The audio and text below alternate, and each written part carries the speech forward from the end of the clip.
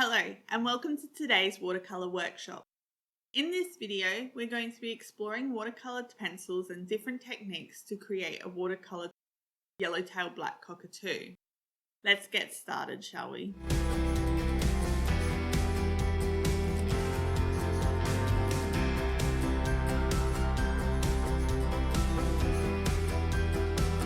The materials we will be using in this video are watercolour paper 300 GSM in either hot or cold press, a watercolour graphite pencil to sketch the outline, assorted watercolour pencils, you'll see what colours I'm using on the screen throughout the video, watercolour brushes, one large and one small, round, a white gel pen, an eraser and a pencil sharpener, and a scrap piece of watercolour paper.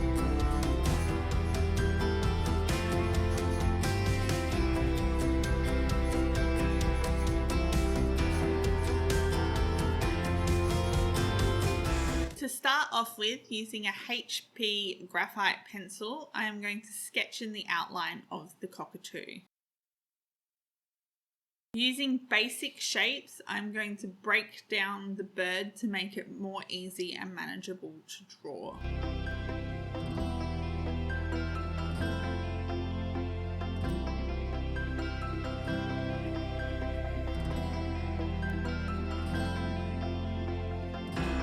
I like to use a really sharp pencil to do this because I find that I can get softer lines.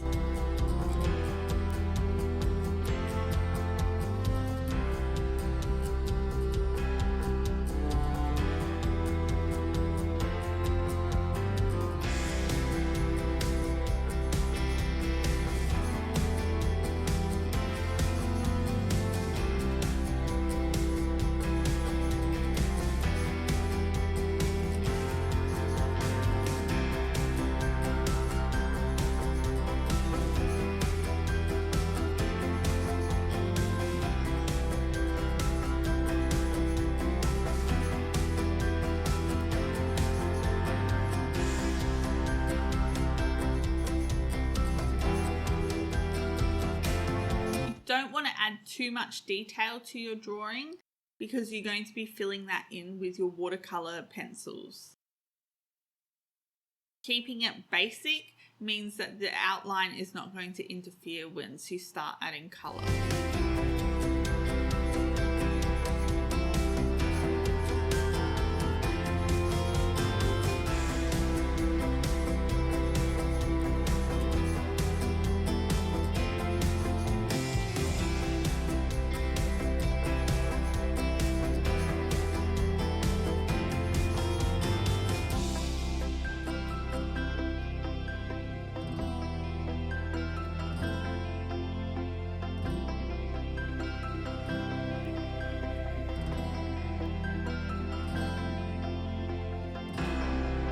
Now it's time to start adding colour. As you can see on a scrap piece of watercolour paper, I am doing a couple of watercolour pencil swatches. The fantastic thing about watercolour pencils is you can use them very similar to the way that you use your pan paint. Colouring in a swatch and then wetting it with water and then painting it on your surface. You can see that the colours are just as vibrant as they would be if you were using pan paint.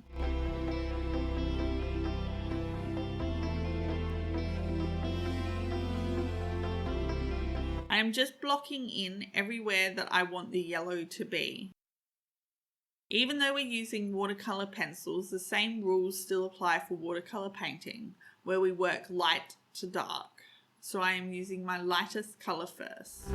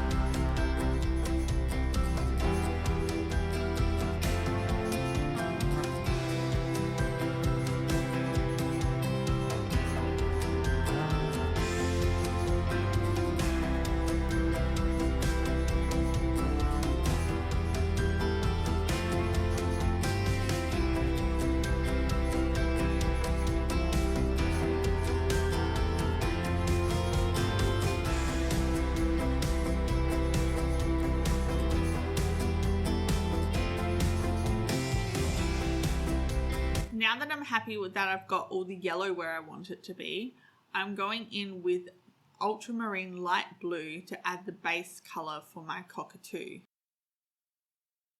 Even though the cockatoo is black, I am building up colours to bring it to black. I will not actually be using any black in this painting.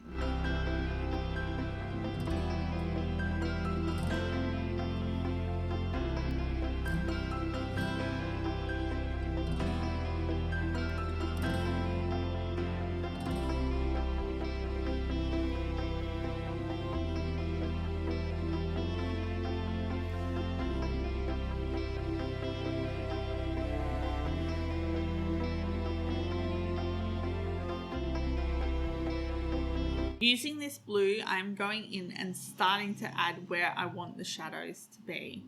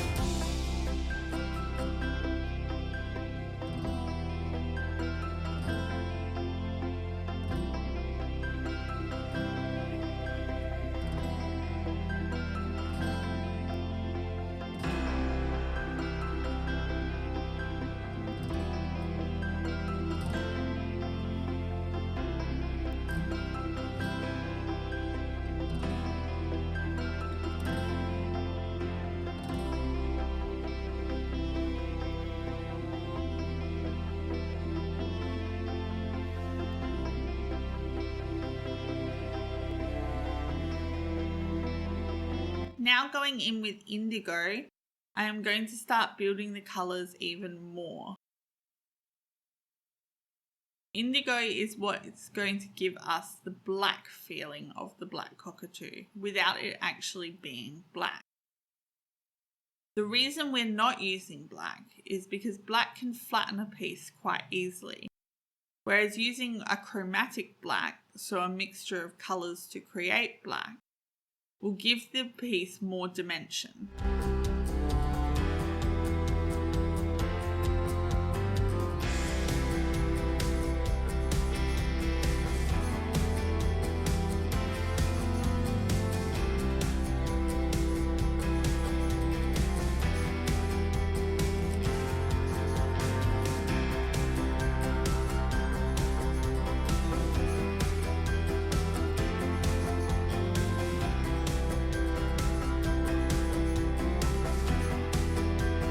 You can also colour directly onto the surface with your watercolour pencils.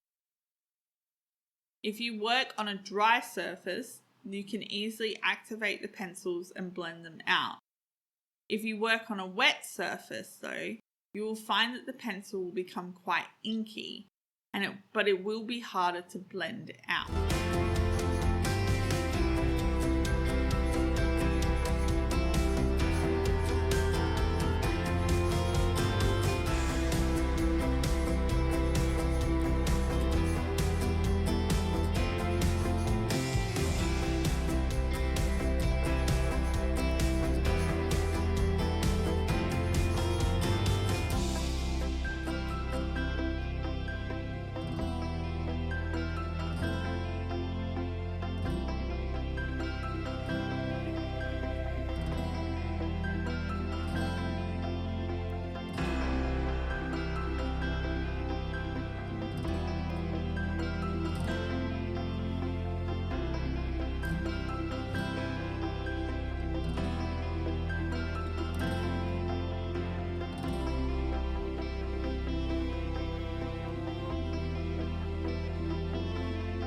Now we are going to start adding the chest feathers to the bird. You can see that I'm doing quick, deliberate strokes in a curved pattern. This gives that feeling of a feathered body.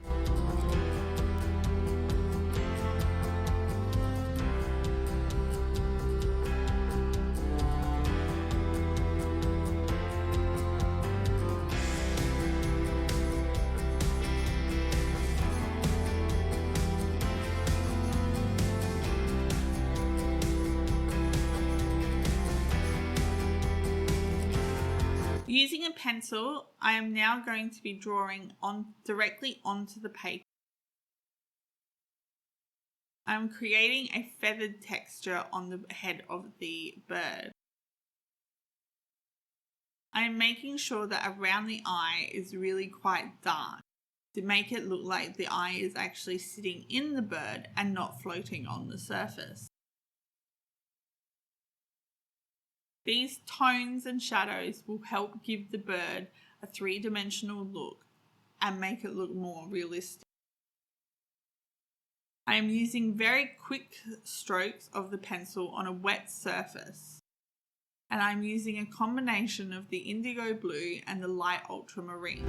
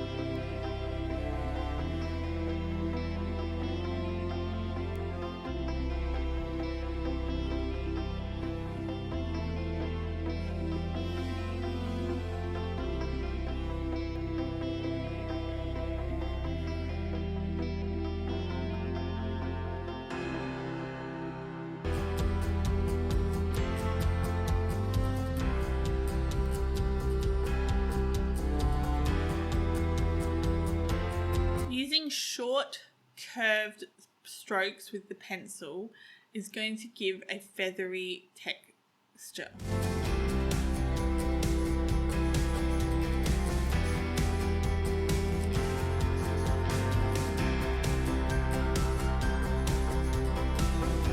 Leaving gaps in between each stroke will also give that feeling of feathers, because you will get the tip where it's lighter overlapped with the shadows of the other feathers.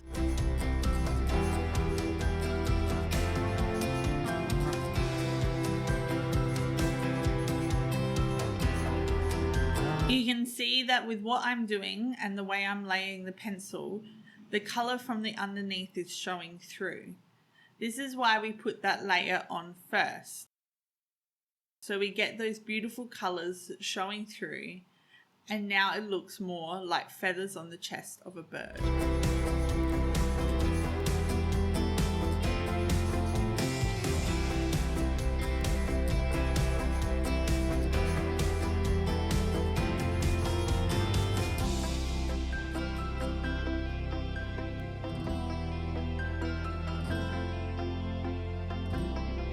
To make it look more natural, I am varying the strokes and varying the pressure that I'm applying the pencil. Some areas will be darker and some areas will be lighter, because not all the feathers on the bird are exactly the same shape and size, and they are also pushed in different directions.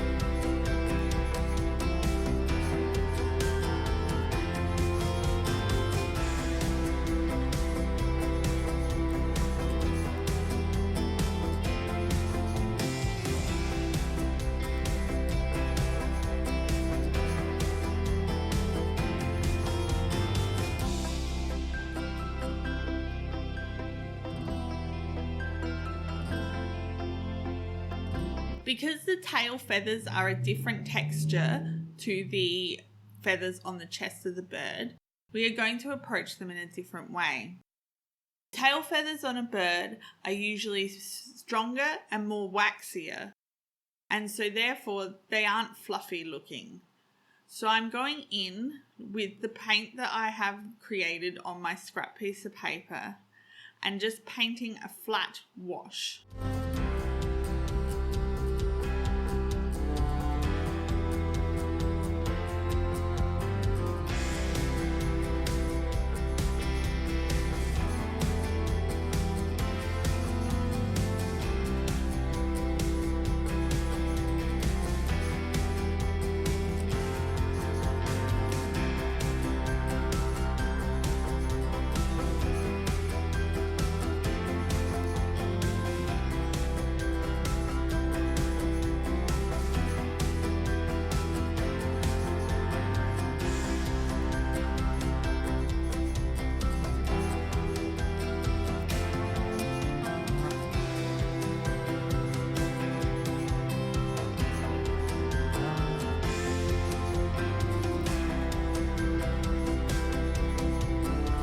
You can see that I am leaving a small gap between the bottom of the feather and the top of the next feather to give that feeling of layered tail feathers.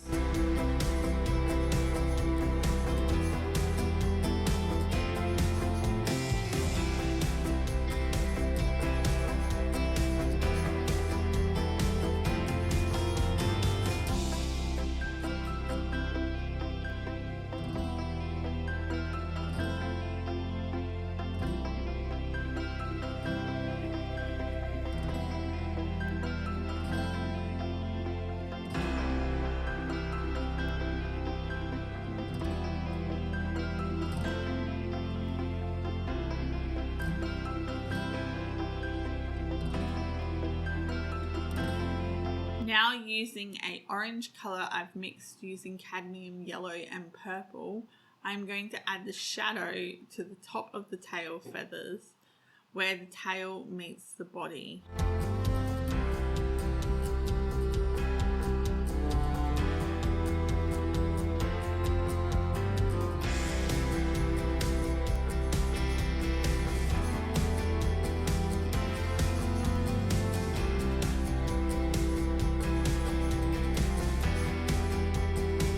Now using a dark sepia colour, I'm going over the top of that indigo to really darken it and make it look black.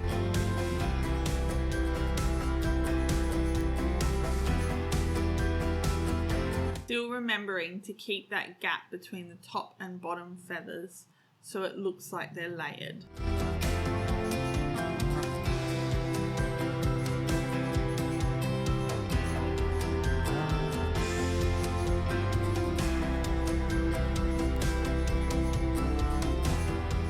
Now using a white pencil, I'm just going to go in and add some highlights.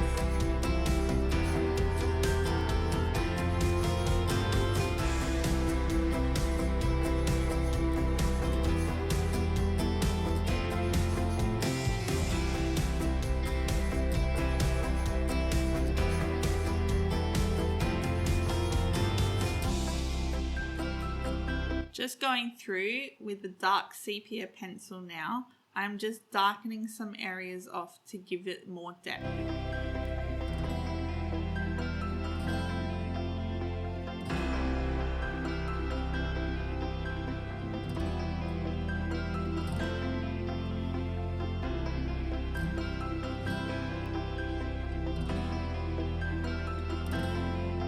It's important to think about shadows on your bird because this is what's going to give it the shape.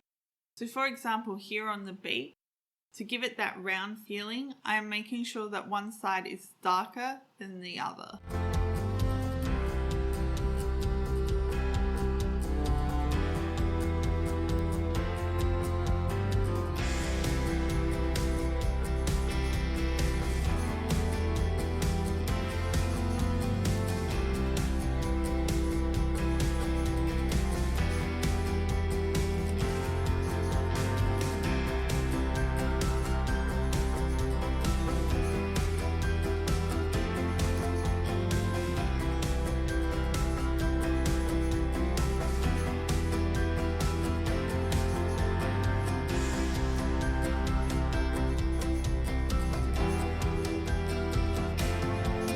Using a white gel pen, I'm going to add the highlight to the eye.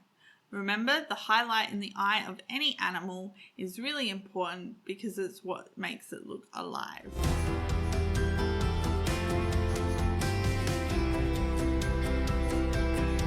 Now just using the tip of my finger and my brush, I'm splattering some paint across the tail to give it that spotty texture that you see on Yellow Tailed Black Cockatoo's tail feathers. I'm just quickly painting in the branch now, thinking about again where the shadows are going to be falling, which will be on the top of the branch because that is where the bird is sitting and the bird will be casting a shadow. Keep it cohesive, I'm just using similar colours to what I used in painting the bird. And using the watercolour pencils across the surface in quick motions to give it that bark-like texture.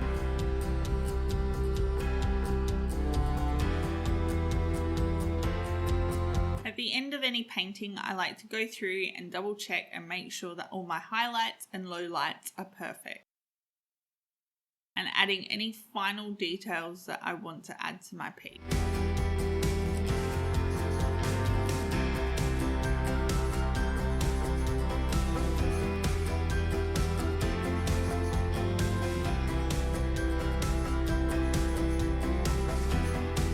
Well, I hope you enjoyed today's video. We definitely enjoyed having you here. Remember to check out our Facebook page and our website where you can keep up to date with what's happening at Artwork. Also, we'd love it if you shared your work with us. Thank you and stay creative.